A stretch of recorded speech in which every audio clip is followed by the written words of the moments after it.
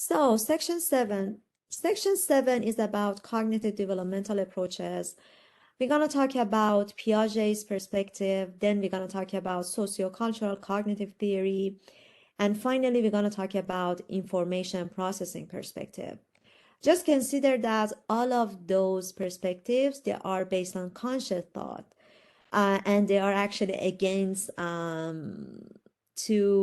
Freud's theory, in which he believed that everything gonna be unconscious and based on sexual desires. Here, this is not the case. So let's begin with Piaget or cognitive developmental theory. You can see different stages here and also different ages.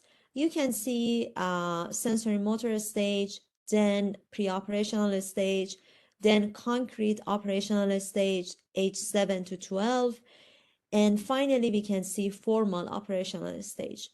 Each stage has its own characteristics.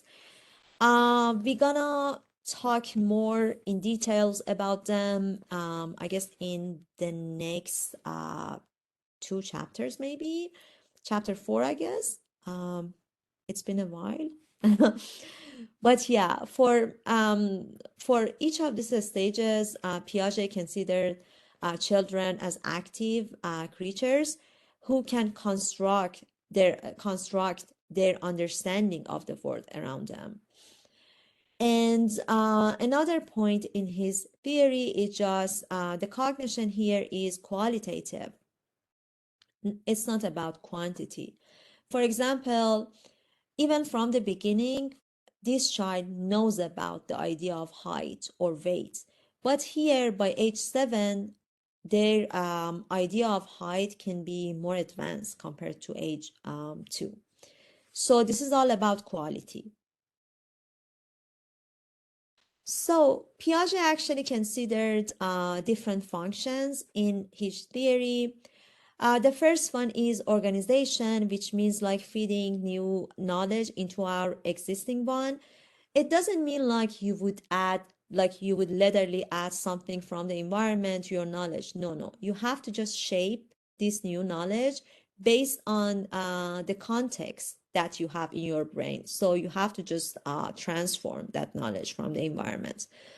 Another point here is just adaptation, which means like fitting with the new environment. And I mean, it is like the way for promoting survival.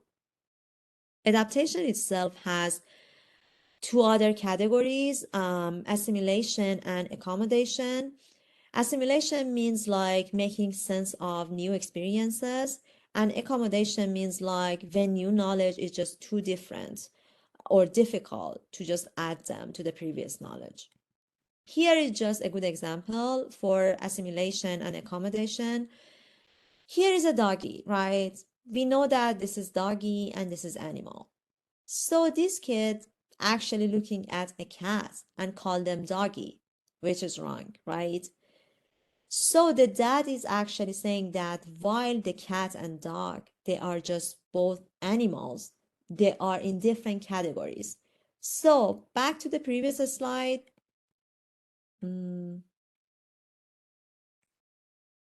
Okay, yeah, back to the previous slide, we can see that it can be accommodation whenever the dad is just saying that, hey, cat and dog, they are two different categories.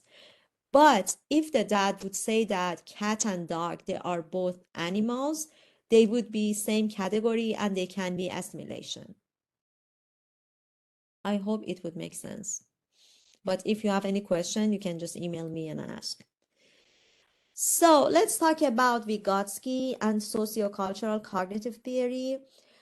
Vygotsky's theory just so similar to Piaget, but he didn't consider any like specific stages in his perspective.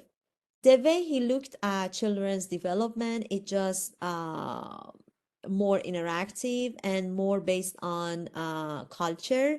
He put extra emphasis on the importance of culture and social interaction. He believed that we can learn a lot from culture, and actually, this is culture that can teach us how to understand and think, and actually what we should learn from the environment. Another point about Vygotsky is he came up with the idea of zone of proximal development, or ZPD. It means like children can learn better from a knowledgeable peers or like a skilled parents, and they can just learn new knowledge from someone who actually know the stuff better than them. So the last theory is information processing theory. Um, this is actually very interesting. We're gonna talk about this more and more. But it's actually it is like computer. The way they looked at cognition and child development is like, okay, information is just out there and they can be input, same as computer. Then brain gonna process and transform those raw information from outside or those inputs. Then we have output, which can be our behavior, like social interaction and speech. For example, if you would actually be in a low socioeconomic status neighborhood, you can see really bad behaviors around yourself, like stealing, like talking to other people in aggressive behavior or aggressive manner. So your brain gonna process and gonna transform that, and you would have your own way of speaking.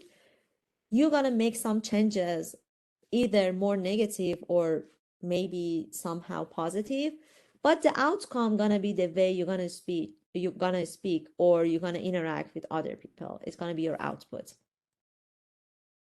So I know that it was a very heavy lecture today, but I mean, it is what it is. Developmental psychology is an advanced course, and you have to work at least 12 hours a week for that. Like it is like 3 credits, and for each credit, you have to work 4 hours per week. So make sure you're gonna read the book chapter and also go back to this slide and make sure that you know every possible theory here. For example, look at social learning theory and try to remember if you know the idea behind that or not. Or look at cognitive development theory and just feel like, can you actually remember it was about Piaget and Vygotsky or not?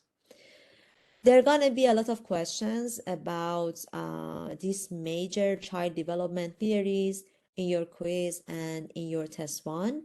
So please and please read them carefully and just email me if you have any question so we can just schedule a meeting or I can just answer you via email.